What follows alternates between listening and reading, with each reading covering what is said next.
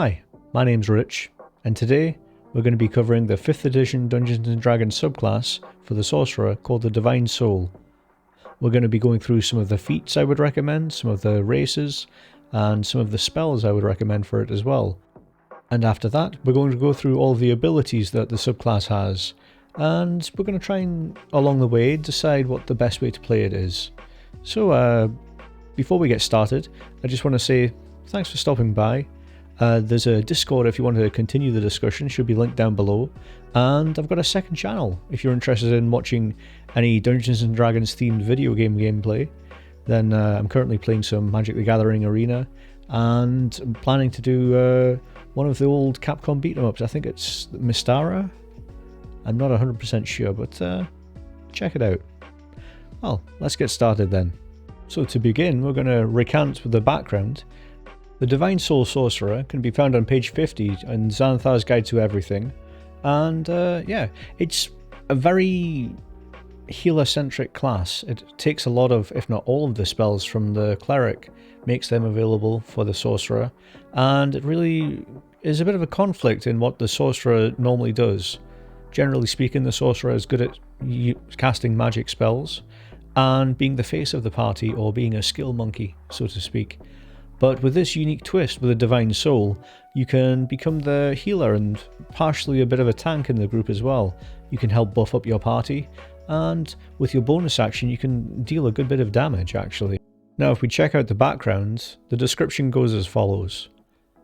Sometimes the spark of magic that fuels a sorcerer comes from a divine source that glimmers within the soul. Having such a blessed soul is a sign that your innate magic might come from a distant but powerful familial connection to a divine being. Perhaps your ancestor was an angel, transformed into a mortal and sent in to fight in God's name.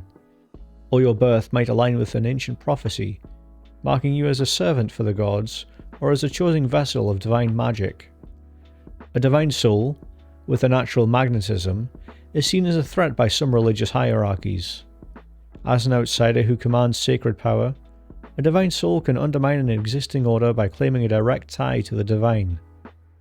In some cultures, only those who can claim power of a divine soul may command religious power.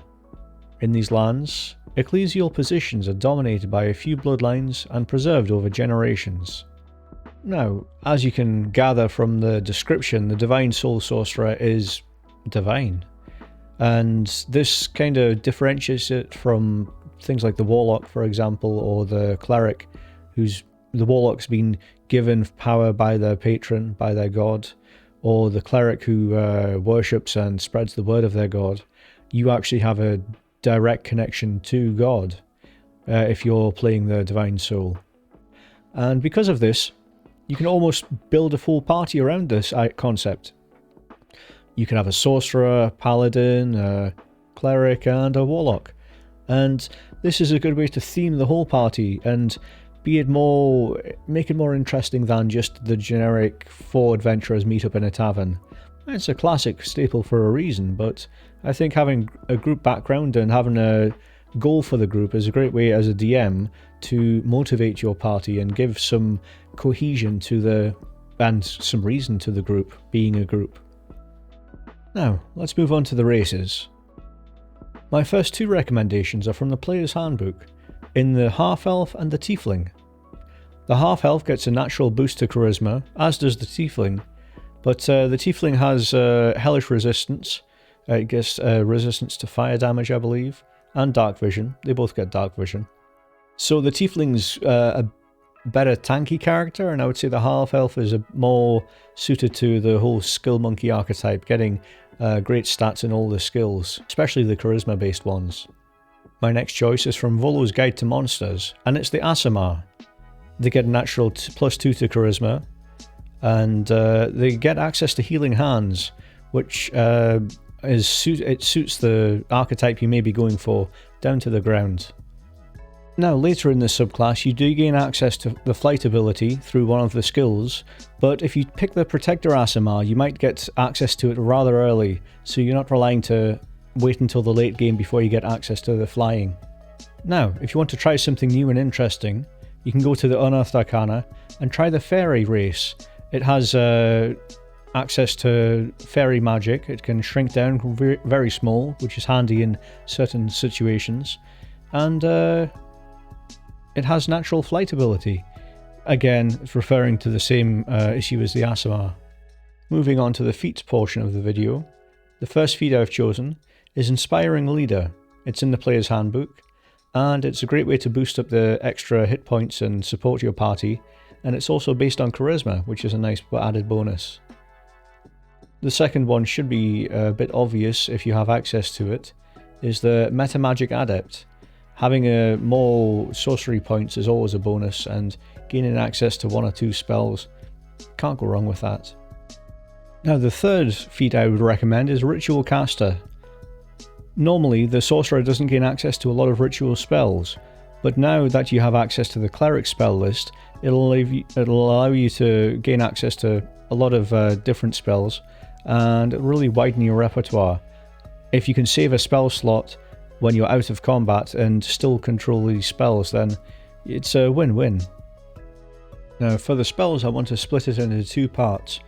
First part, I want to talk about the sorcerer spells I would advise you to pick, and the second part I would recommend some of the cleric spells that work well with this subclass. So firstly, with the sorcerer, I would pick Absorb Elements.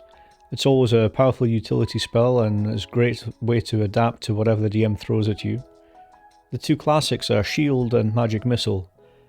Magic Missile is reliable damage that always hits, and Shield it's a reaction. It's a really powerful spell, and when you get to the later levels, it's a great way to use up a first level spell slot.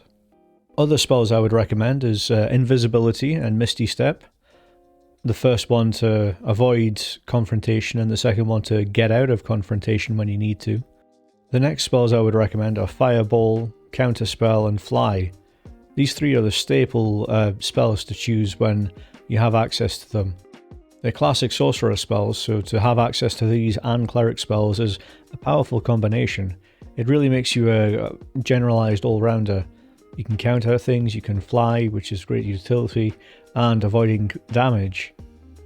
And Fireball is just a massive AoE damage. It's one of the most iconic spells for a reason. And the last 2 from the sorcerer is the Hold Monster spell and Wall of Stone. Hold Monster is a powerful way to try and control enemies, and it can almost cancel out certain fights. The thing is with Control Monster, it's either a win or lose situation. There's no gradual damage. And Wall of Stone is fantastic at just disrupting the battlefield. It's got good utility, and it can stop things like magma or water or even monsters. There are other wall spells, but Wall of Stone is, I'd say, one of the most powerful ones. Now, next I want to go through some of the cleric spells, and I'll explain why in a moment, when we finally get to the ability section. For the cleric, the first spell I would recommend is Bless. It's a great way to buff up your party. They also have access to some healing spells. Now there's a bit of a controversy between whether you should take Healing Word or Cure Wounds. I would pick Healing Word because you can do it at range, it's a bonus action, and it doesn't matter how many hit points the person has, as long as they're above 0 then they're still able to fight. In combat it's more viable than Cure Wounds, and you'll get a lot of additional ways to heal people, so if you're just looking for an in-combat spell, go for Healing Word. Now at level 2 I would pick Spiritual Weapon. You can keep using your bonus action up to deal consistent damage. It lasts for 1 minute, and yeah, it's just an additional way to cause damage. And it doesn't tie you down to attacking one creature. You can decide to switch the target whenever you feel like. Now my next pick is Revivify. It's the iconic cleric spell. It does have some costly components added to it, but if you manage to negate the gold cost, then this can be a story-changing spell. It can really turn the tide of battle, mechanically, but also thematically, it really sucks when a character dies. So having a get out of jail free card is advisable. I would say people get very attached to their characters, so if you have access to it, they will be thankful for the rest of the game. Now let's take a look at the abilities of the Divine Soul. At first level, you gain the ability Divine Magic. When your spellcasting feature lets you learn or replace a sorcerer cantrip or a sorcerer spell of first level or higher, you can choose a new spell from the cleric spell list and the sorcerer spell list. So it becomes a sorcerer spell instead of a cleric spell, and it's tied to your charisma instead of your wisdom.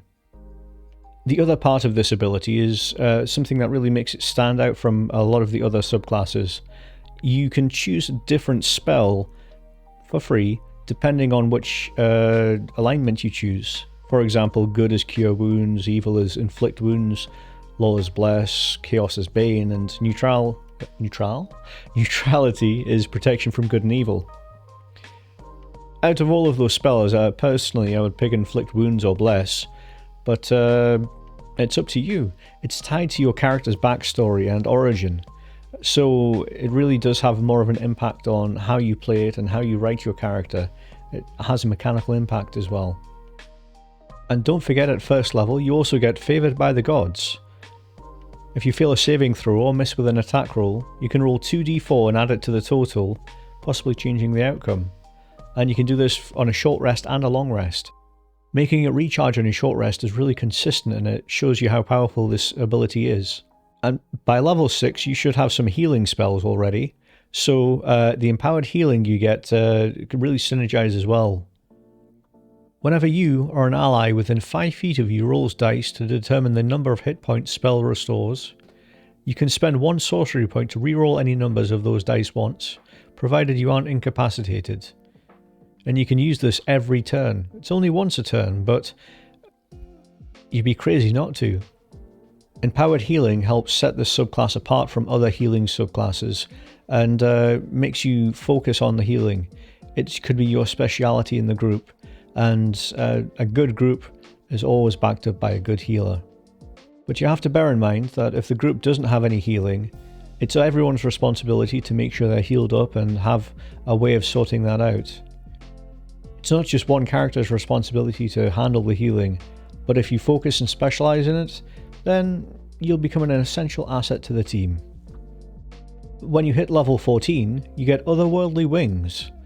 Now, the Fairy and Aasimar races that I recommended, you can get flying early, and this at level 14 gives you a more permanent fixture.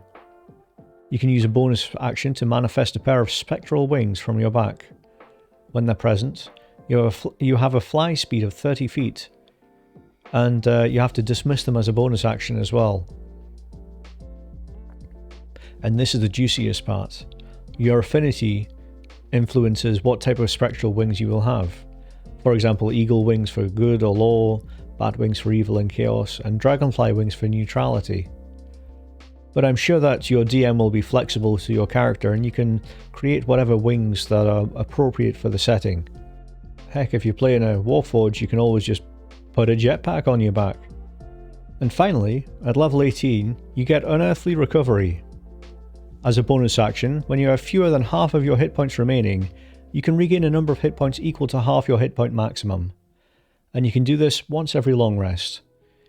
Now, it's a good way to keep yourself topped up, but I think the main crux is that if you're going to be healing at level 18, you want to just make sure everyone's above that 1 hit point.